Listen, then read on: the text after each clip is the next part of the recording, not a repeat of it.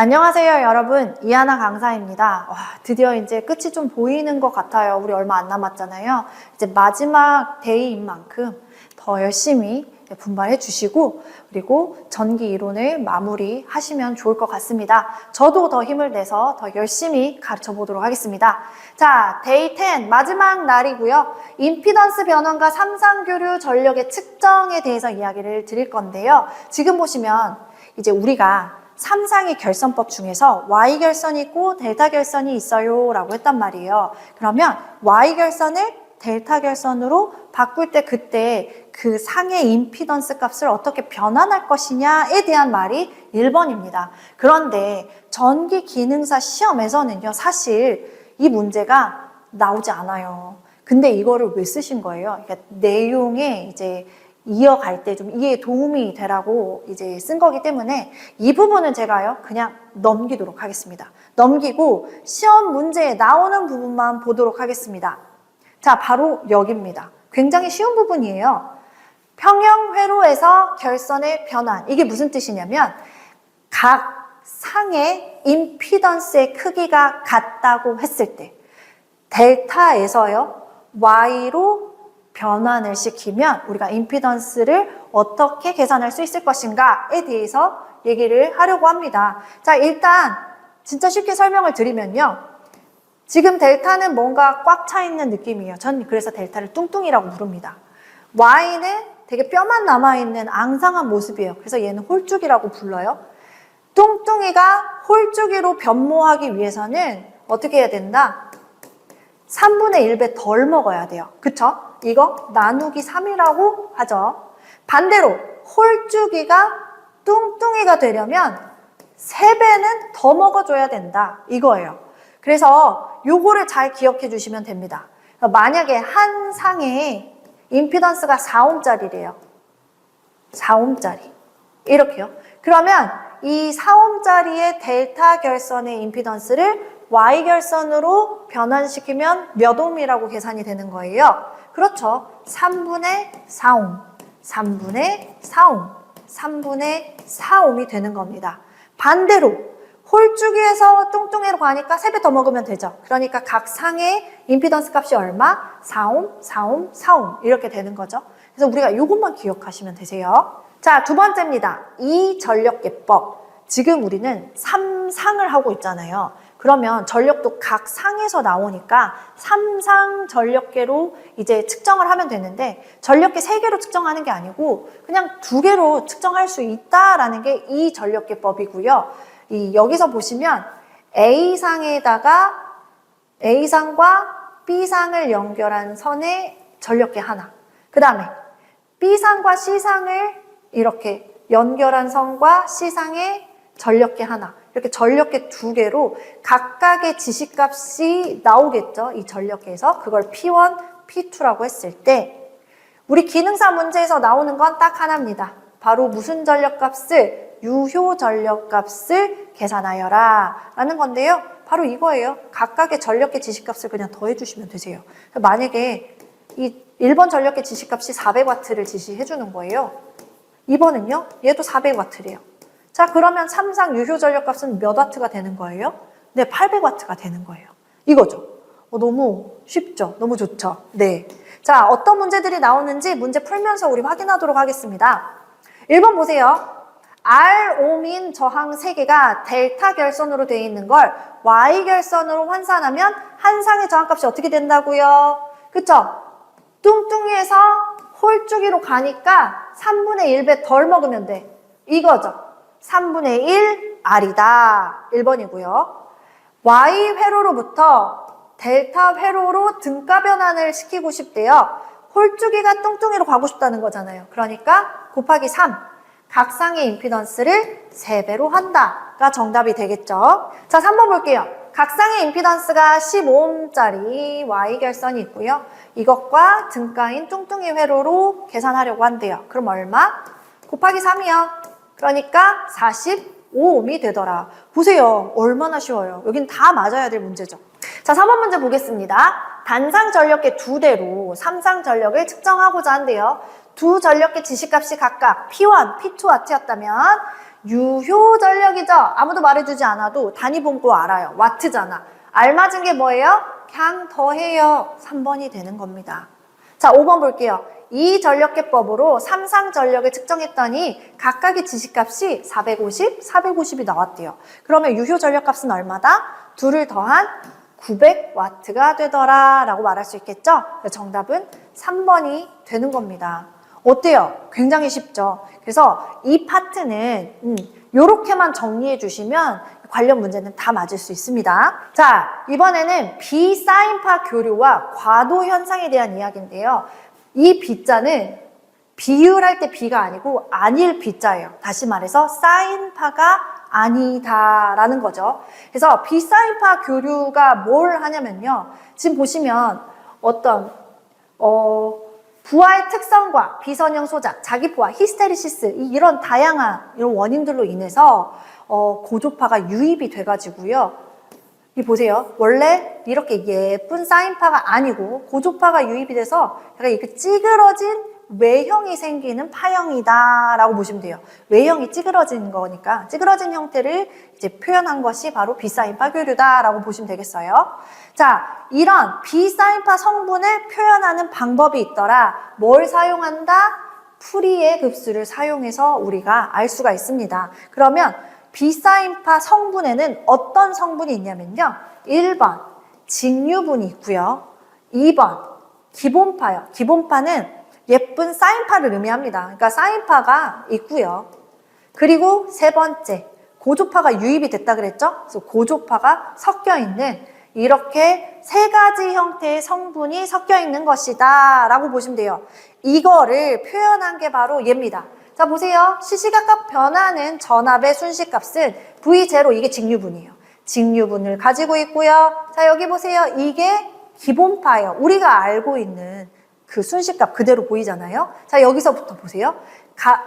얘가 각주파수죠. 각주파수의 2를 곱했어요. 이게 뭐냐면 주파수, 원래 주파수의 2배. 그래서 얘를 2 고조파라고 할 거고요. 원래 주파수의 3배.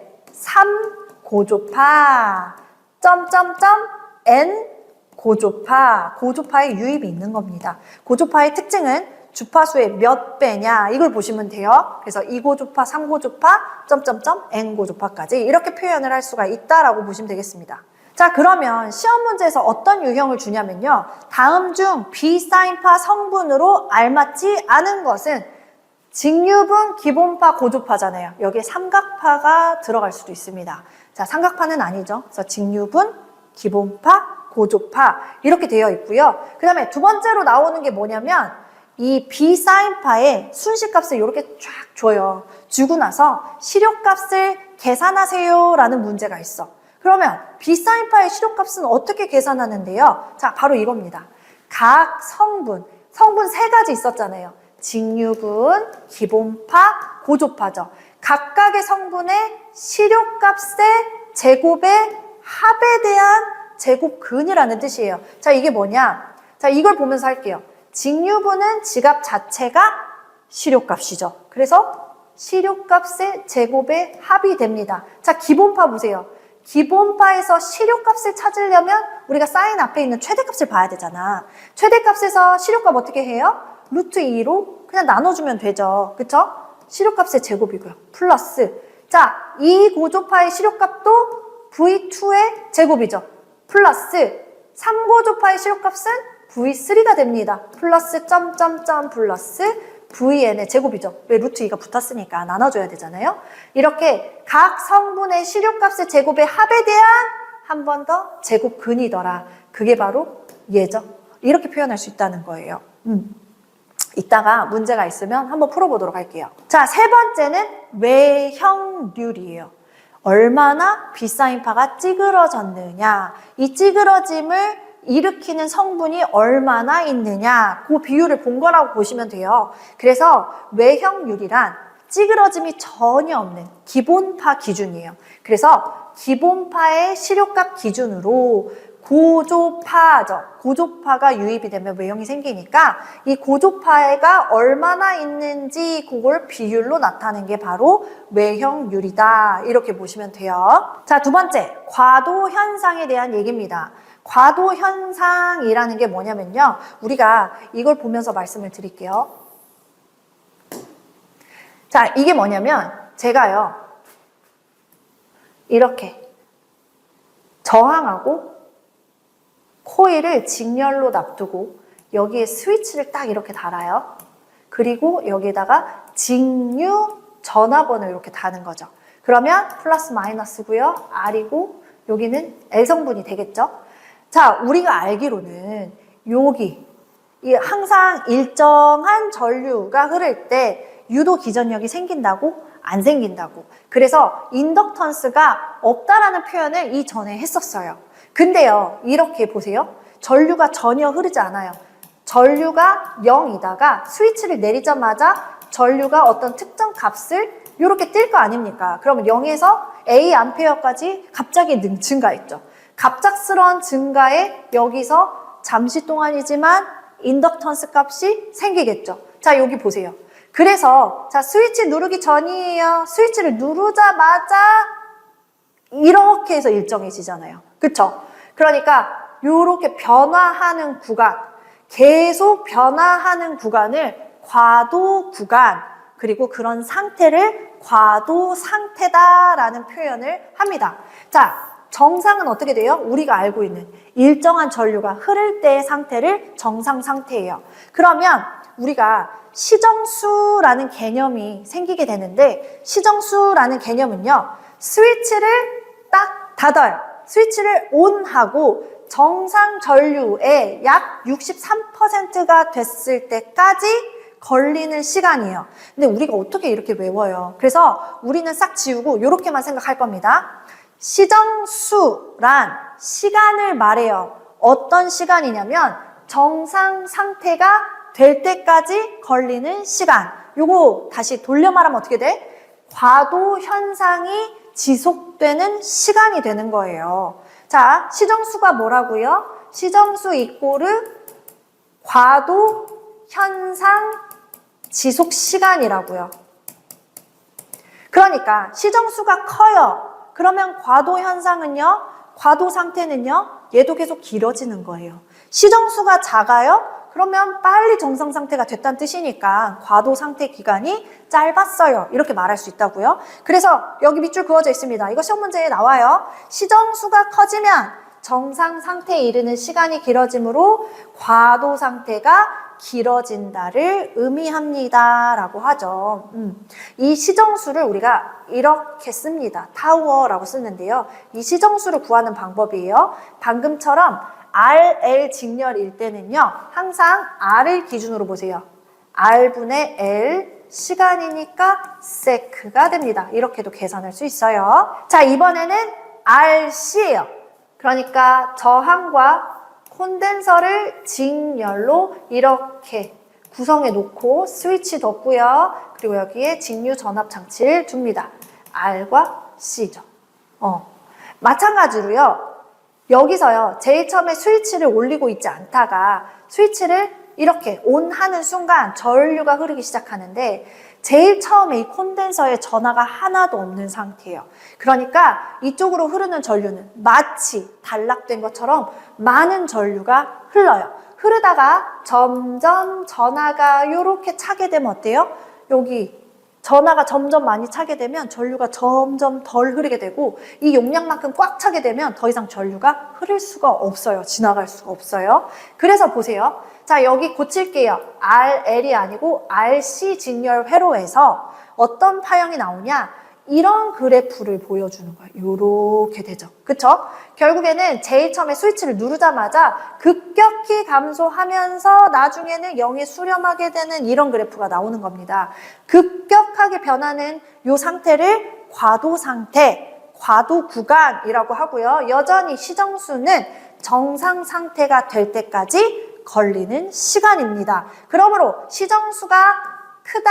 그러면 과도 구간, 과도 상태가 길게 지속이 되는 거다. 이거는 변함이 없고요. 자, 이렇게 RC를 직렬회로로 연결하게 되면 그때 시정수는 R 곱하기 C 세크입니다.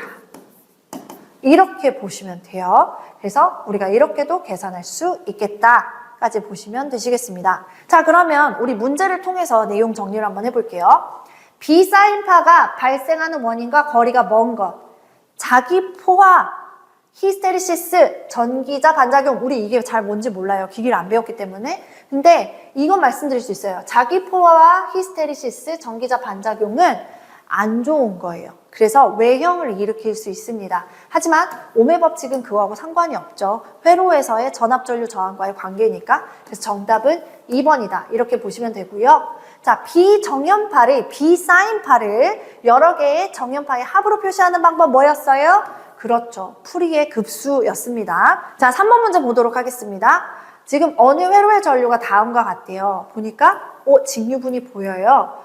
그냥 오메가-T 기본파네요. 얘도 기본파네요. 이렇게 보시면 되겠죠? 그러면 각 성분의 시료값의 제곱의 합에 대한 제곱근이라고 했죠.